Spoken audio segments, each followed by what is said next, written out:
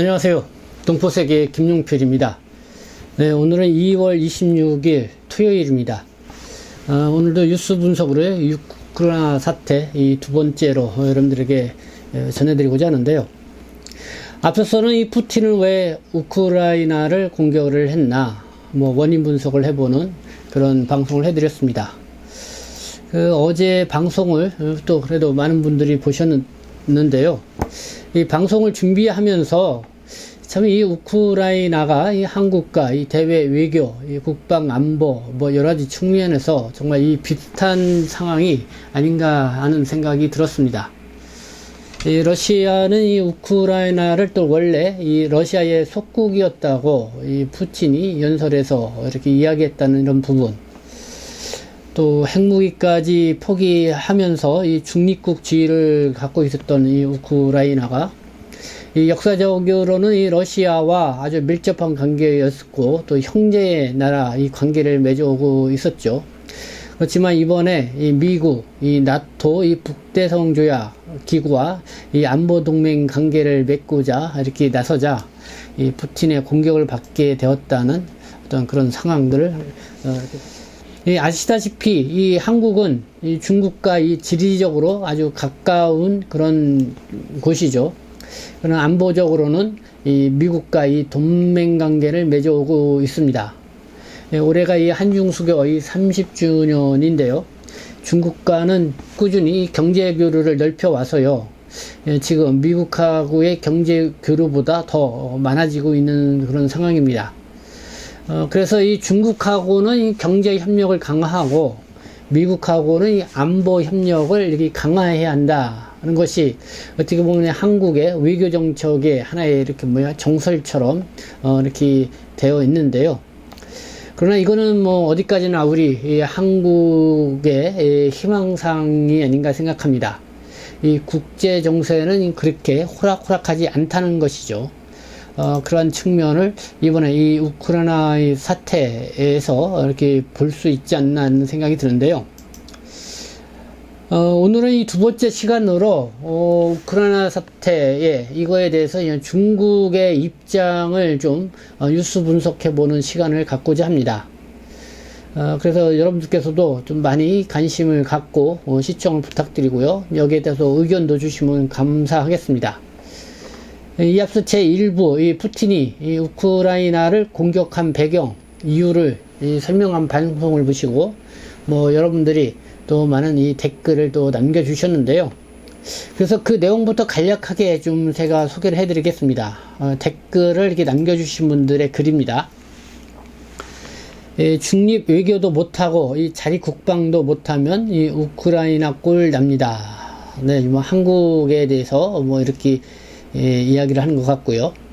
이 우크라이나 사태가 남의 일이 아닙니다.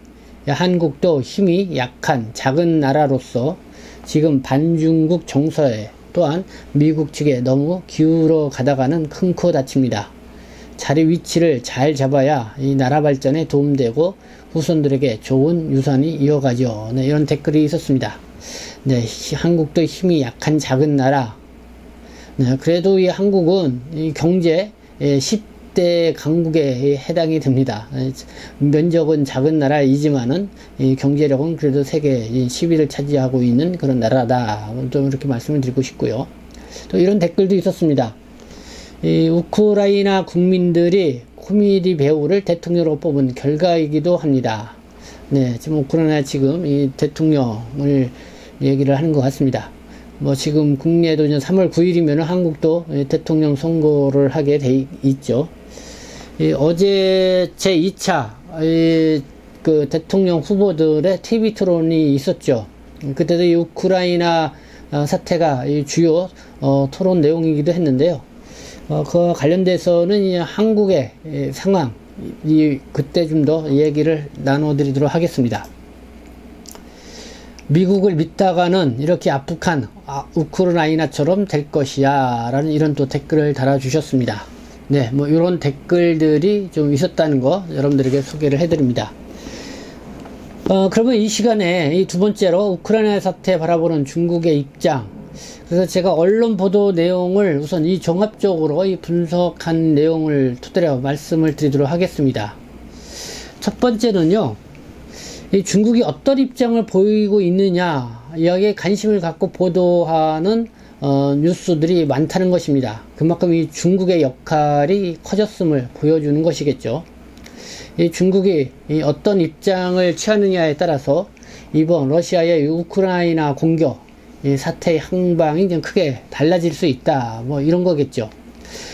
쉽게 말해서 지금 이 러시아가 가장 믿고 의지할 수 있는 거 중국 아니겠냐 하는 것입니다. 이 푸틴 대통령이 이번에 북경 동계 올림픽 지금 미국이나 뭐 서방 국가 이런 데서는 외교적 보이콧을 한참 벌이고 있었죠. 그러나 이런 것에 아랑곳하지 않고 이 푸틴 대통령은 북경 동계 올림픽 개막식에 참여를 하고요. 이 시진핑 주석하고 또 장시간 또 정상회담을 갖기도 했습니다. 그만큼 이 러시아 푸틴이 이 우크라이나 공격을 앞두고 중국의 이 암묵적인 승인을 받기 위해서 그런 것 아니겠냐. 그리고 서로 그런 가운데서 뭐 주고받은 이야기들이 있지 않겠냐 이런 것입니다. 그래서 언론들은 이 시진핑과 푸틴의 이 밀월 관계로 보고 있는 것이죠. 이 시진핑하고 이 푸틴은 뭐 집권 이후 거의 한 40여 차례 이렇게 만나서 이 대화를 나눴다는 그런 이야기도 나오고 있죠. 네, 이렇게 국내 주요 언론 매체들이 어쨌든 이번에 중국이 어떤 입장을 보이느냐에 상당히 관심을 보이면서 보도를 하고 있다. 그러니까 주류가 이겁니다. 중국이 러시아를 두둔해 줌으로써 실익을 더 많이 챙기는 것 아니냐라는 그런 관심도를 보이고 있다는 것입니다. 그리고 이번에 우크라이나 사태가 이 신냉전 촉발제가 될 것이라는 분석도 아주 지배적입니다. 이 중국과 러시아, 여기 이제 북한까지 또 합세를 해서요. 그래서 이 미국과 서방 국가와 다시 대립하는 새로운 이 국제 질서, 이 신냉전 체제를 만드는 이거를 구축하는데 이번 우크라이나 사태가 기폭제 역할을 하는 게 아니냐 이런 것입니다. 중국은 이번에 우크라이나 사태에 대해서 이 중립적인 입장을 취하고 있습니다. 겉으로는 그렇게 취하고 있지만은 러시아를 이해한다고 하면서 또 푸틴을 은근히 이렇게 두둔하는 그런 또 태도도 보이고 있습니다. 그리고 중국의 관영 매체들은 미국 때문에 이 우크라이나 사태가 벌어졌다. 그래서 이 미국 탓으로 돌리는 그런 논조의 기사를 내는 것도 볼 수가 있습니다. 한국일보는요, 23일 미국 정치 전문 매체 더 힐 기사를 인용을 하면서요, 중국이 이참에 이 대만 문제도 이 러시아처럼 해결하려고 하지 않겠냐 하는 이런 보도를 했습니다. 이 미국의 정치 전문 매체 이 더 힐은 이렇게 보도를 했습니다. 이 아프가니스탄의 이 미군 철수군은 우크라이나에 대한 러시아의 용기를 북돋았다. 중국과 대만은 이 우크라이나 상황을 면밀히 주시하고 있다. 그러니까 이 우크라이나 상황에 따라서 중국과 대만 이 관계에 있어서도 큰 변수로 작용할 수 있다는 것이겠죠. 미국의 이 조 바이든 대통령, 아프가니스탄에서 미군 철수를 단행을 했습니다. 그래서 이 탈레반이 이 아프가니스탄을 집권하는 상황이 되었는데요. 이 탈레반에게 정말 이런 아프가니스탄을 넘겨주고 미군을 철수했다는 거, 그만큼 미국의 위상이 약화되었다는 거 아니냐. 이런 사례에서 이 러시아가 용기를 얻어서 이 우크라이나를 이번에 공격을 하게 된 것이다. 그래서 이 우크라이나 사태를 미국이 어떻게 하느냐에 따라서 중국도 그의 영향을 받고, 그는 결국은 이 대만 문제도 그의 수순으로 가지 않겠냐는 그런 분석입니다. 이렇게 힘이 빠진 미국, 그러면은 이 세계 국제 질서는 이 중국과 러시아 대 미국과 서방 국가 이 다자간 이 신냉전 체제로 이 재편될 가능성이 크다는 분석. 이런 것이 있는 것입니다. 이 군사적 이 신냉전 체제는 둘째치고라도요, 이 경제적 신냉전 체제를 거의 현실화될 것이라는 것, 이것도 역시 이 언론들이 주요하게 보는 부분입니다. 이 경제적 이 신냉전 체제 돌입. 미국의 조 바이든 대통령, 러시아에 대해서 이번 우크라이나를 공격을 하자마자 동맹국과 함께 강력하게 대응을 하겠다고 으름장을 놨습니다. 그러나 이 군사력은 발휘하지는 않고 이 경제 제재를 들고 나왔습니다. 그러다 보니 아주 혹독한 이 경제 제재를 하겠다, 이렇게 나온 것이죠. 하지만 이 중국은 이 러시아에 이 군사 지원을 하지 않겠다. 이미 러시아는 이 막강한 군사력을 갖고 있는 나라이다. 치실의 무기를 갖고 있기 때문에 무기를 지원을 하지는 않겠다. 하지만 이 경제 제재에는 동참하지 않겠다. 오히려 이 서방이나 미국이 러시아의 경제를 제재를 한 만큼 러시아는 중국에 더 경제적으로 의존 가능성이 크겠죠.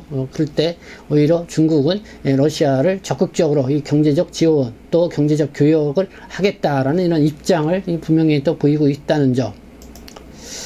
이렇게 될 경우 이 러시아와 중국의 이 경제 동맹이 좀 굳건해지고 또 미국과 서방 국가 간의 또 경제 동맹이 굳건해지는, 그러니까 어떻게 보면 경제적으로 이 신냉전 체제를 구축하게 되는 그런 상황이 벌어질 수 있지 않냐는 것이죠. 그래서 우리 한국의 경우, 중국, 러시아에 이 많은 기업들이 진출해 있습니다. 그래서 만약에 이렇게 경제적으로 신냉전 체제가 이렇게 구축이 되면은 상당히 여기에 대한 철저한 대비를 해야 된다, 이런 보도가 또 계속 나오고 있습니다. 그래서 상당히 한국에 미칠 영향이 크다는 것인데요. 이 한국에 미치는 영향에 대해서는 좀 3부에서 여러분들에게 좀 말씀을 드리기로 하고요. 중국이 또 무조건 이 러시아에 편들 수 없는 그런 입장, 이런 상황도 있다. 그런 부분을 이제 한국일보가 지난 2월 22일 날 이렇게 그 4가지 이유를 또 이렇게 설명을 했습니다. 그러니까 러시아를 이렇게 대놓고 편들 수 없다는 것이죠. 그 이유가 무엇이냐? 첫 번째, 중국의 이 티베트 신장 이 분리 독립으로 이 불똥이 될 것을 중국 쪽에서는 우려를 한다는 것이죠. 러시아가 이 우크라이나를 이번에 공격을 하면서 이 8년 전에는 이 크림반도를 역시 지금과 같은 방식으로 이렇게 지원을 함으로 인해서 이 크림반도가 우크라이나로부터 분리 독립을 할 수 있게 됐고, 결국 러시아로 속하게 됐죠. 근데 이번에 이 돈바스 지역 그쪽을 러시아가 분리 독립을 승인을 하면서 거기서 이제 평화 유지군을 보냈죠. 그래서 이게 혹시 티베트, 신장, 위구르 이쪽 지역으로 이 불똥이 튀어서 그쪽에 이 분리독립 열기가 고조되는 게 아니냐라고 하는 그런 우려를 중국 입장에서는 가질 수밖에 없다는 것이고요. 또 이 우크라이나하고도 이 군사적, 이 경제적으로 교류가 많이 중국하고 이루어지고 있는 상황이라고 합니다. 이 대표적으로 이 시진핑 주석의 역점 사업인 이 1대1로 이 사업에 이 우크라이나가 동참을 하고 있고, 이 동유럽의 이 거점 국가이기도 하다는 것이죠. 그렇기 때문에 이 최대 이 교역 상대국인 이 우크라이나를 중국의 입장에서는 무조건 이렇게 무시할 수 없다는 그런 거고요. 그리고 만약에 무조건 러시아만 두둔을 했다고 했을 경우에 이 서방 국가, 특히 EU, 유럽연합 국가와의 관계가 또 흐트러짐으로 인해서 또 교역에 상당히 차질을 빚을 수 있다. 그래서 러시아보다는 이 유럽연합과의 중국의 교역이 10배가 된다고 합니다. 그러니까 경제적으로 보면은 러시아를 잘못 이렇게 두둔했다고 하다가는 또 서방 국가와의 이 관계가 흐트러지면서 이 경제에 상당히 타격을 입을 수 있다, 이런 내용이죠. 그러면서 또 우크라이나를 둘러싼 미국과 러시아의 장기전이 또 나쁠 것이 없다라는 것이 또 한 분석인데요. 그러니까 지금까지는 미국과 중국과의 아주 고조의 갈등 관계가 주요 초점이었고 세계 이슈였습니다. 그러나 이번에 러시아가 이 우크라이나를 공격함으로 인해서 미국과 러시아의 관계로 이렇게 시선이 돌아가고 있는 이런 상황이죠. 그렇기 때문에 중국의 입장에서는 좀 숨 돌릴 수 있다고 그럴까요? 어쨌든 중국의 미국이 신경 쓰거나 몰두할 여력을 뺐다. 이런 측면에서는 조금 나쁠 것이 없다라는 이런 분석도 있습니다.